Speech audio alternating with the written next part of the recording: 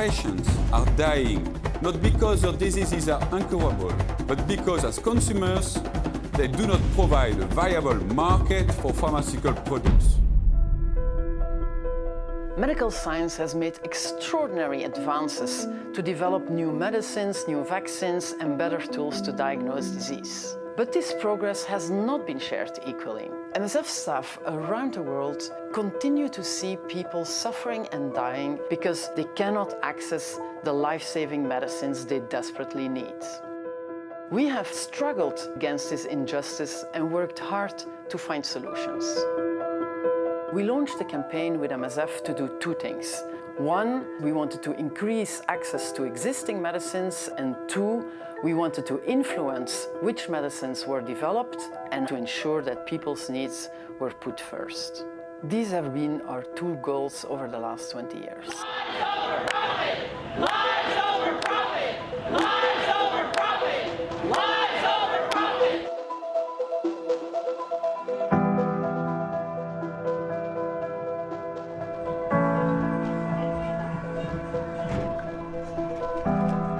The number of times I was told I was going to die was like 3 times.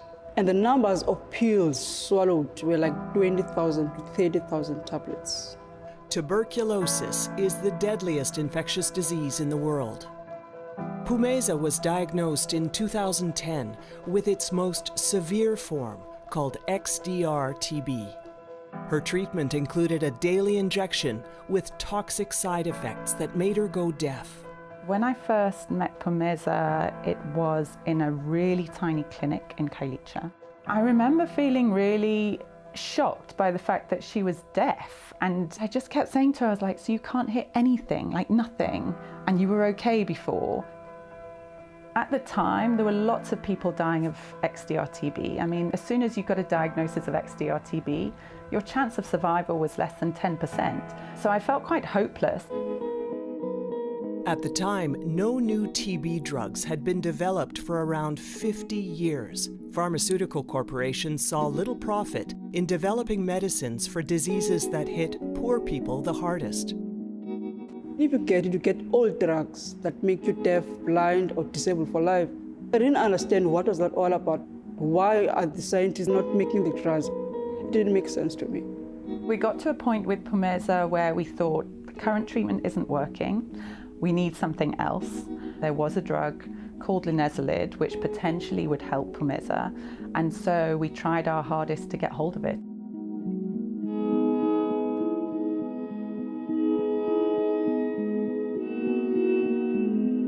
Pfizer, the drug corporation that made linezolid, had a monopoly on the drug in South Africa. This prevented the country from importing more affordable versions. Monopolies on medicines were already barriers in other places where Médecins Sans Frontières, or MSF, worked.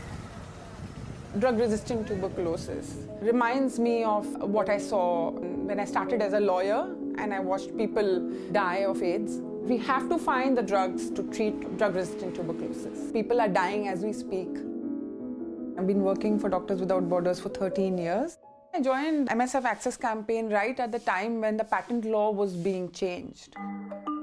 After India joined the World Trade Organization, it had to change its laws and start granting monopolies through patents on medicines for the first time. This would allow pharmaceutical corporations to charge high prices and shut out the production of more affordable generic medicines. One of the most important things that they wanted to change about the patent system was to bring in 20-year monopolies with no safeguards. So you could have 20-year monopolies on medicines, and then you could patent the same medicine again and again and prolong the monopoly. This threatened the flow of affordable, life-saving generic medicines from India, medicines that MSF patients and millions of other people in low and middle-income countries depended upon. It was a prescription for disaster, and we knew we had to do something at that point. Swift mobilization followed. MSF joined a broad coalition of allies, patient groups, and other civil society groups in India. We asked that the patent law have the right to challenge patents. So we as people could challenge patents that were wrongly being claimed. After months of campaigning, the activists won a landmark victory. The right for people to challenge an unfair patent was incorporated into the new law in India. It provided an essential tool in the struggle for access to medicines. In South Africa, however, Pfizer used its monopoly to keep the price of linezolid cripplingly high. In order to obtain linezolid, you had to buy it privately through Pfizer. It was about 760 Rand per tablet at that time. That involved quite a cost for MSF. MSF approached Pfizer in South Africa a number of times, but they wouldn't engage with us. We started working with the Access campaign and with Section 27 to see how we could bring the drug in for MSF patients, how we could bring it into the country from overseas. This is not fair. It's a TB drug. It works, fix the patent law so that the drugs can be available to everyone who needs it. It took years of legal battles and street protests to get hold of the drug. Finally, the case was settled out of court. MSF was allowed to bring in generic linezolid from India for people with tuberculosis we were treating in Khayelitsha. Why do we have this problem constantly, whether it is for HIV or Hep C and now for DRTB? The system has not changed. It continues to favor pharmaceutical corporations over the lives of people. In 2006, the pharmaceutical corporation Novartis sued the Indian government, trying to roll back the safeguards activists had won. Novartis sought to return to a model of profiteering based on ever-prolonged monopolies. You don't have to be dependent on a monopoly system. You can have a high volume, low cost model of delivering generic medicines. And I think that model itself, because it hurts pharmaceutical corporation profiteering, they want to break it down. अगर इस देश का सबसे अच्छा वकील नहीं भेजा, we were like, how do we explain this to people, what Novartis is trying to do? How do you explain to people what this means for their life? And we did everything we could. We shamed the company, we went to its shareholder meetings, we marched against them, we delivered petitions, and we were so determined that the only thing that we had were our voices. The Novartis case lasted almost 7 years. People all over the world mobilized. Pedimos a Novartis que abandone esta batalla legal. I remember having just delivered my baby, and it was just a few days, you know, and I remember getting a call from a reporter. She said, you all have won the case, you know. Novartis has lost in the Chennai High Court. And I was just like, we are so relieved, you know, that the courts have stood by people. I think it was a very happy moment, you know, as happy as me having the child, you know, I was really very happy. That victory allowed the MSF Access campaign and our allies to continue to challenge unfair patents and ensure the flow of affordable generic medicines from India to MSF patients and to other people around the world.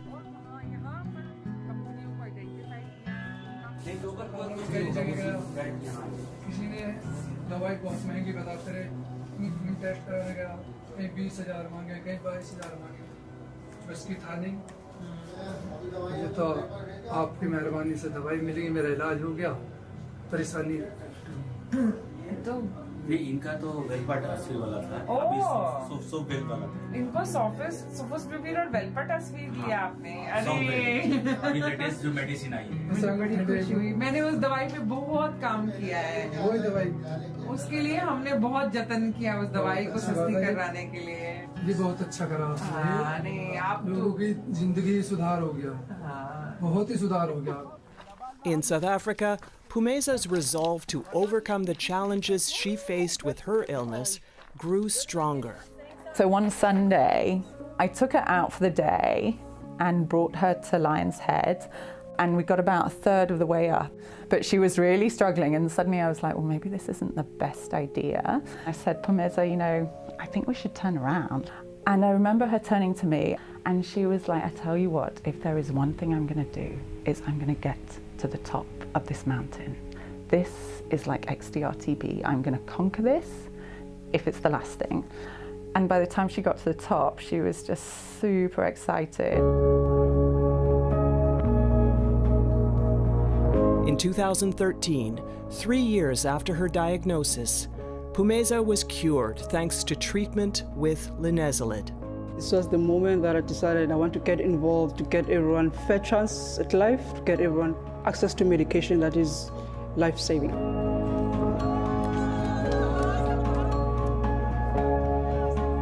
I took it upon me to help other people who didn't have the stage I was given. 2 years later, a crowdfunding campaign paid for Pumeza's cochlear implant surgery to reverse the deafness the previous toxic treatments had caused. Pumeza, I want you to have a chance to hear what your mom says. With this implant, she was able to hear her mother's voice for the first time in 4 years.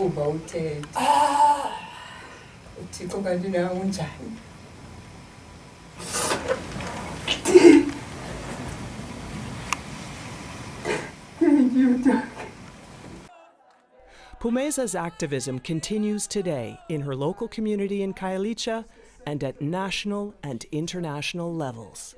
My name is Pumeza Chisili. I was diagnosed with normal TB in 2010, while all along I had XDR TB. I ask you to act now. I ask you for change.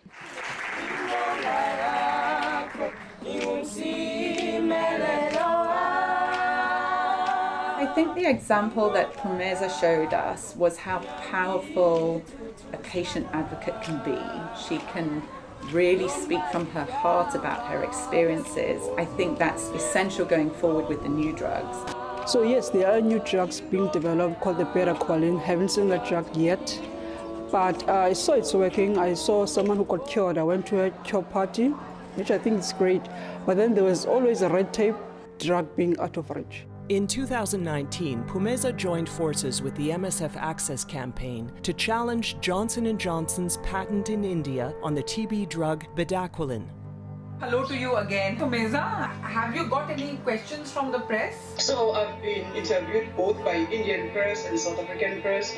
A more affordable version could mean many more people could be cured of TB without the severe side effects that Pumeza suffered. People need to think this as not as a rich and poor class divide.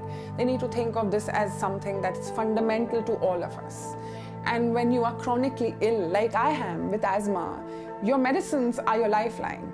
I know how expensive treatments are because I buy my own medicines. I cannot imagine not being able to buy my inhaler. It's an essential human right. If there is a treatment out there that could potentially improve your life or save your life, then you should have access to it. That's a right that we all have. You can only change a system by getting people involved in it the way we did for Novartis. So that's what MSF's Access campaign is trying to do. What we need to do is realign the system to people's lives. And I think that's an unfinished business for us. My life changed. Now I can talk on behalf of other people who don't have a voice. I speak for them, and I think I'm very proud of that. Everyone should have access to medication, and those who are fighting, whatever they're doing is very important. I think that everyone must be involved. Scientists, politicians, patients, etc. Like everyone must be involved. Still a fight, but we are going to win it. Don't give up. See